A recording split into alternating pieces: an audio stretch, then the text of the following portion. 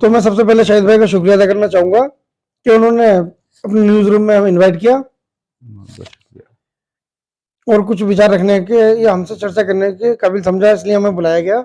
बहुत बहुत शुक्रगुजार हैं इनके। देखिए सर, मैं कहना चाहूँगा, ये जो अभी आने वाले चंद सालों में, बल्कि अभी नज़दीकी सालों में जो फैसले आए हैं नई बेंच आने के बाद, उससे लगने लगा कि एक आम आदमी को भी लगने लगा कि सुप्रीम कोर्ट की ताकत क्या है।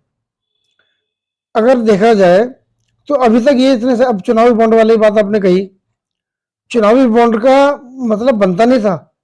भाई ये तो मौलिक अधिकार है जानने का कि हमें चंदा कौन दे रहा है। लेकिन इस फैसले को इस तरह लाया गया, कुछ इस तरह लाया गया कि एक पार्टी को भरपूर चंदा मिल रहा है और वो छुपा रहे हैं कि भाई हम नहीं बताएंगे कि किसने दिया है हमें, और दूसरी पार्टियों पे हम निशाना लगा रहे हैं कि भाई आप बताओ कहाँ से आ रहा है पैसा, काला धन है कि ये है। तो ये चीज ना गलत है। अगर एक चीज है फायदा तो सबका होना चाहिए, नुकसान है तो सबका होना चाहिए। तो ये चीज बहुत बढ़िया है, सही मौके पर आई है।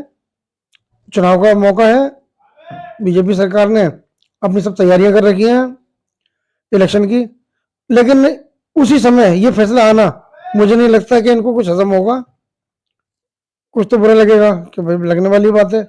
आता हुआ मेरे जेब में आता हुआ सब कुछ शो होगा। ये तो वो बात हो गई ना, ट्रांसपेरेंट जेब मैंने बनवा ली है, सबको दिख रहा है कि क्या क्या रखा हुआ है। अच्छा, मैंने एक ये भी देखा कि इसमें एक बीजेपी के सांसद हैं, वो कह रहे थे कि इस वक्त हालात ऐसे हैं कि ये सब कुछ जो करा धरा है, ये पूरा बीजेपी की पार्टी का नहीं है। बीजेपी में भी सारे लोग बुरे नहीं हैं, कार्यकर्ता या नेता, लेकिन ये एक दो लोगों का करा हुआ काम है। इससे पूरी की पूरी बीजेपी पार्टी जो है वो बदनाम हो रही है, और वो क्या जवाब देंगे अब जनता के बीच में जाके। तो नैतिकता के आधार पे मोदी को, नरेंद्र मोदी जी को इस्तीफा दे देना चाहिए। सर, इस्तीफे के तो कई कारण आए थे बीच में।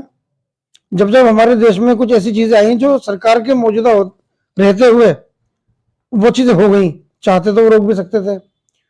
मणिपुर का कितना समय तक रहा, लेकिन सरकार ने और जगह जाकर अपना मनोरंजन स्थल देखे, सब कुछ किया, और जगह जा रहे हैं, विदेशों में जा रहे हैं। लेकिन एक सिर्फ ऑर्डर ही तो देना होता है मणिपुर के लिए, अपनी मिलिट्री को एक ऑर्डर देना होता है, या वहां के जो सरकार चल रही थी उसको सख्ती से ऑर्डर देते, नहीं दिया।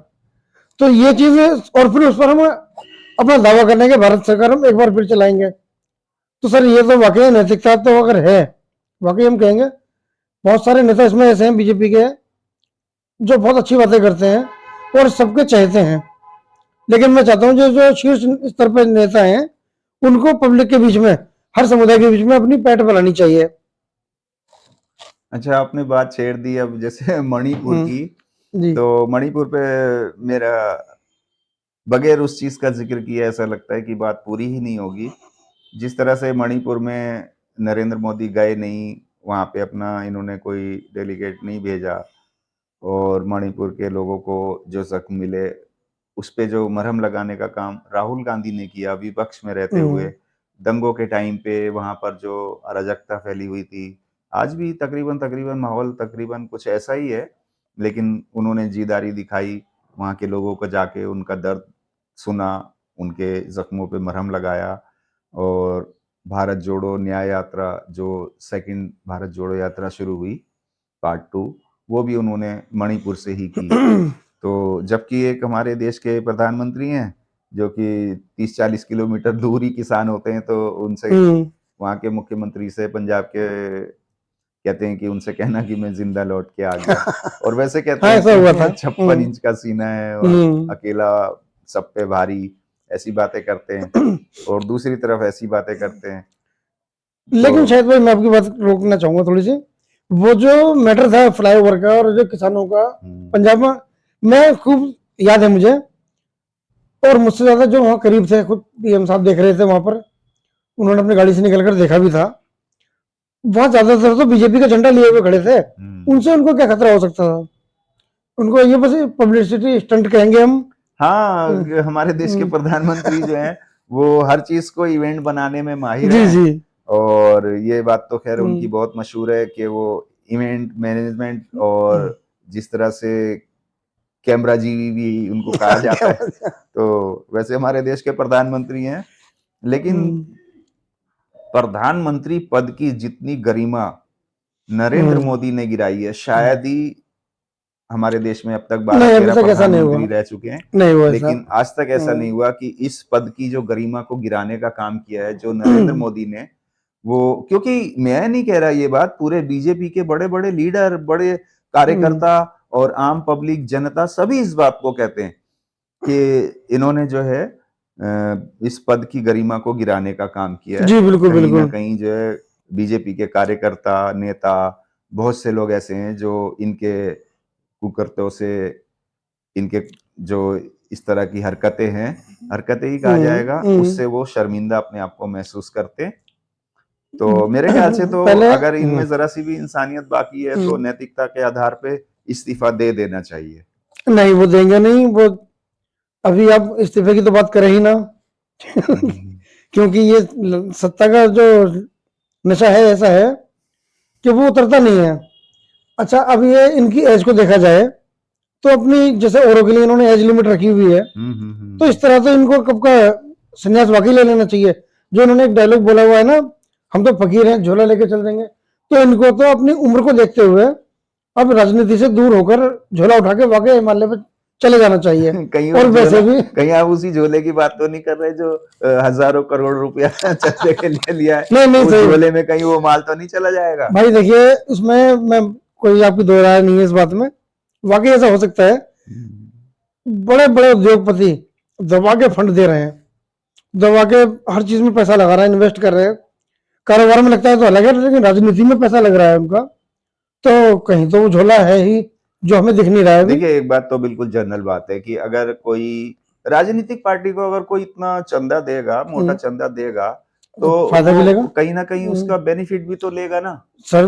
ये जो इतने बड़े बड़े प्लांट, इतनी जमीनें कौड़ियों के भाव दे दी जाती हैं, बड़े बड़े टेंडर पास कर दिए जाते हैं, तो ये सब किसके होते हैं, क्यों होते हैं? इसके पीछे सब कहीं ना कहीं अगर देखा जाए तो आजकल आम जनता भी समझ रही है इन सब चीजों सब समझते हैं।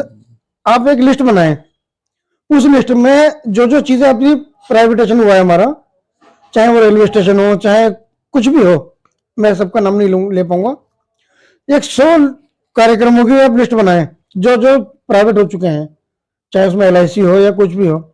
उसमें देखिएगा वो सब 100 के 100 कितने कंपनियों को बटे हैं अलग अलग, सिर्फ 2-4 कंपनियों के ही हिस्से में गए सारी चीजें, चाहे एयरपोर्ट हो चाहे कुछ भी हो। तो ये चीज क्या दिखाती है, अब जब हम एक कहीं पे इन्वेस्ट कर रहे हैं, पैसा इन्वेस्ट किया हमने, तो जाहिर सी बात है हम वसूल तो करेंगे, उनको मिल रहा है इनाम।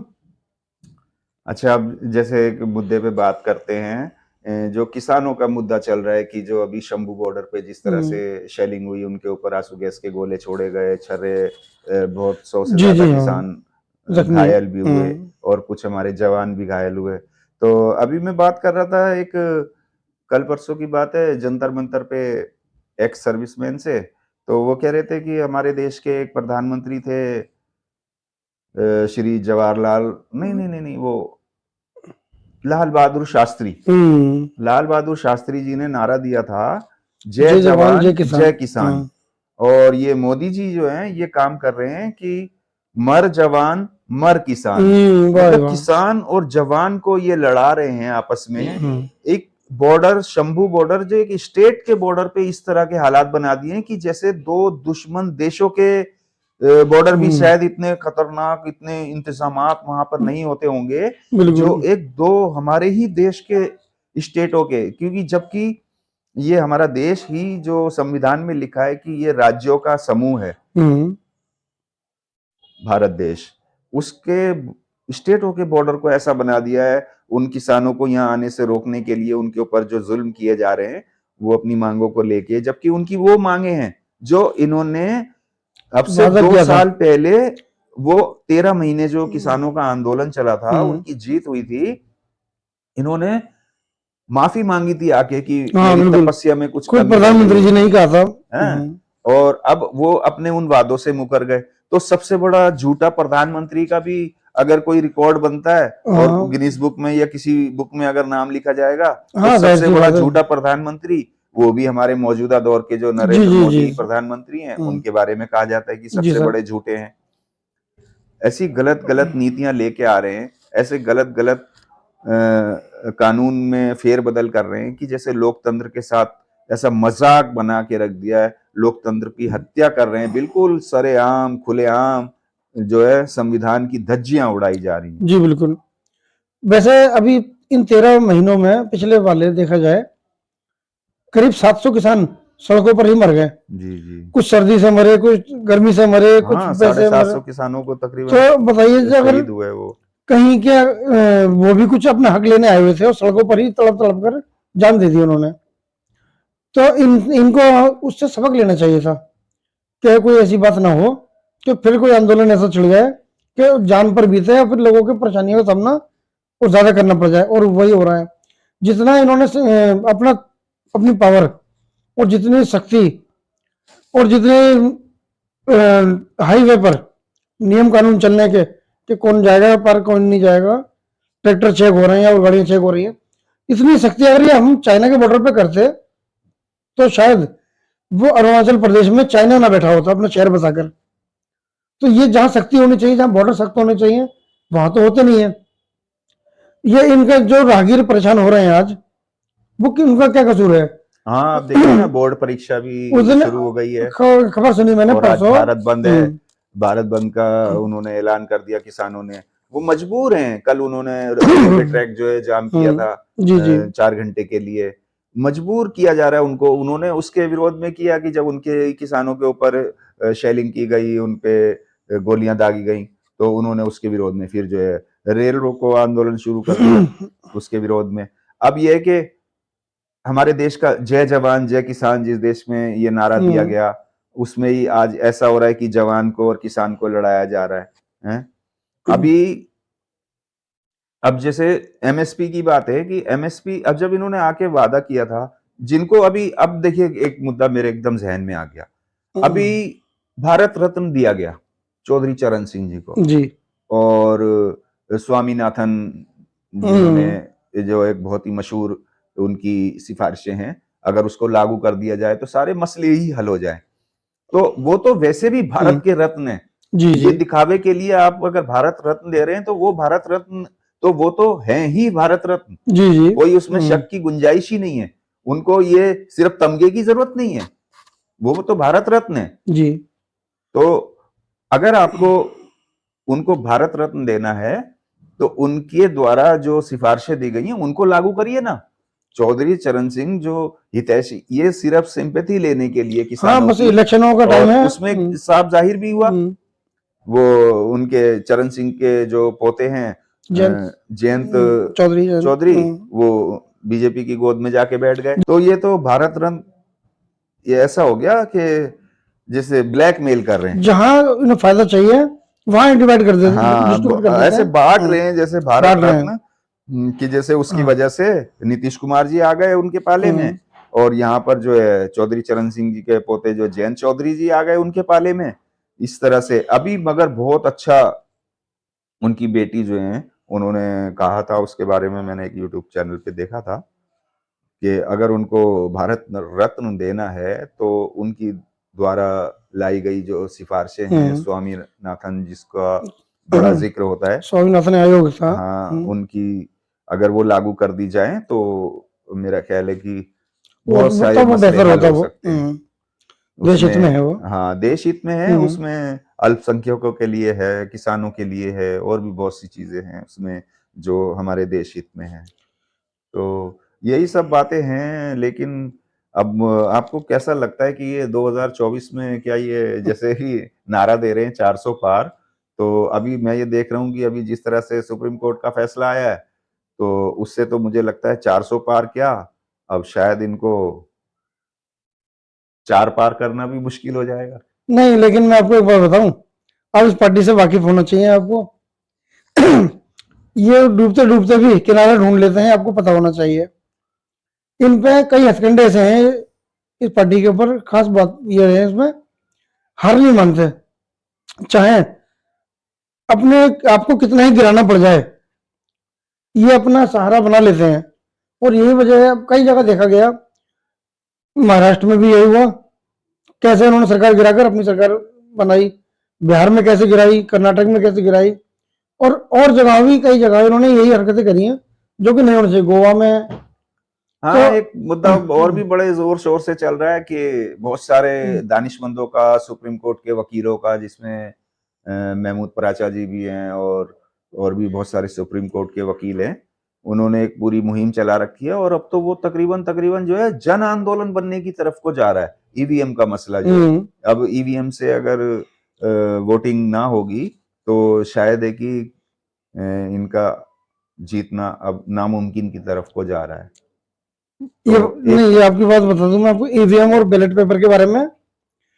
अभी आपने देखा होगा कुछ समय पहले चंडीगढ़ के चुनाव में एक बैलेट पेपर का एक नमूना देखने को मिला हमें कि अगर ये साबित करता है हमें जीतना होगा तो हम ऐसे भी जीत लेंगे, हटा दो ईवीएम, हम बैलेट पेपर को भी अपने पाले में कर लेंगे। और वही देखने को मिला मेयर के चुनाव में। हाँ, वो सही, चंडीगढ़ वाले 20 तो सही वाला कह रहे हो। 12 पे रह गया और 16 वाला वहां का मेयर बन गया। उसमें भी सुप्रीम कोर्ट ने बड़ी तगड़ी इनको जो है फटकार ने फटकार लगाई है। लगाई, उस अधिकारी के लिए भी पूछा गया है कि भाई उस पे भी अगर आप कार्रवाई होगी। केस करने के ऑर्डर आ गए हैं उसका, सुना था हमने भी। तो कहीं ना कहीं कुल मिला के बात यह है कि अब जो देश को, देश की जनता को जो उम्मीदें हैं वो एक सुप्रीम कोर्ट ही ऐसा बचा है कि जिससे कि न्याय वहां पे समय तो लगता है, बहुत देर से मिलता है, लेकिन कुछ चीजें ऐसी भी हुई थी बीच में जो कि सरासर एक तरह से सुप्रीम कोर्ट के वकील ही कहते थे कि ये फैसला जो है ठीक नहीं है, लेकिन उन्होंने शायद देश हित में किया, अपनी अपनी उनकी समझ है भाई, वो बहुत ज्यादा समझ रखते हैं, इतने बड़े ओहदे पे बैठे हैं और सबसे सर्वोच्च अदालत है। तो फिर भी कहीं ना कहीं अभी जो हमारी जनता को, हमारे देश की जनता को जो उम्मीदें बाकी हैं वो सुप्रीम कोर्ट से ही एक ऐसा लगता है। और उसमें बहुत ही मैं अपनी तरफ से एक बात कहना चाहूंगा कि डीवाई सीजेआई जो हैं चंद्रचूड़ जी, उनसे जो उम्मीदें हैं, उनकी बेंच से जो उम्मीदें हैं, उसमें कहीं ना कहीं देश को जिंदा रखने की, जिंदा रहने की जो गुंजाइश है, संविधान को बचने की जो गुंजाइश है, वो सुप्रीम कोर्ट और सीजेआई चंद्रचूड़ जैसे लोगों की वजह से ही बाकी है। तो ये वीडियो अब इसको यहीं पे समाप्त करते हैं और मैं आपसे उम्मीद करूंगा कि फिर कभी ना कभी समय दें अपना और हम इसी तरह से बाकी मुद्दों पे भी चर्चा कर सकें। जी बिल्कुल शाहिद भाई। तो जनता से ये कहूंगा कि जनता की आवाज न्यूज़ 24/7 को ज्यादा से ज्यादा सब्सक्राइब करें, वीडियो लाइक करें, शेयर करें और अनवर खान जी के शॉर्ट सर्किट न्यूज़ को ज्यादा से ज्यादा सब्सक्राइब करें, वीडियो लाइक करें, शेयर करें और चैनल को सब्सक्राइब करें। बहुत बहुत शुक्रिया, शुक्रिया। धन्यवाद।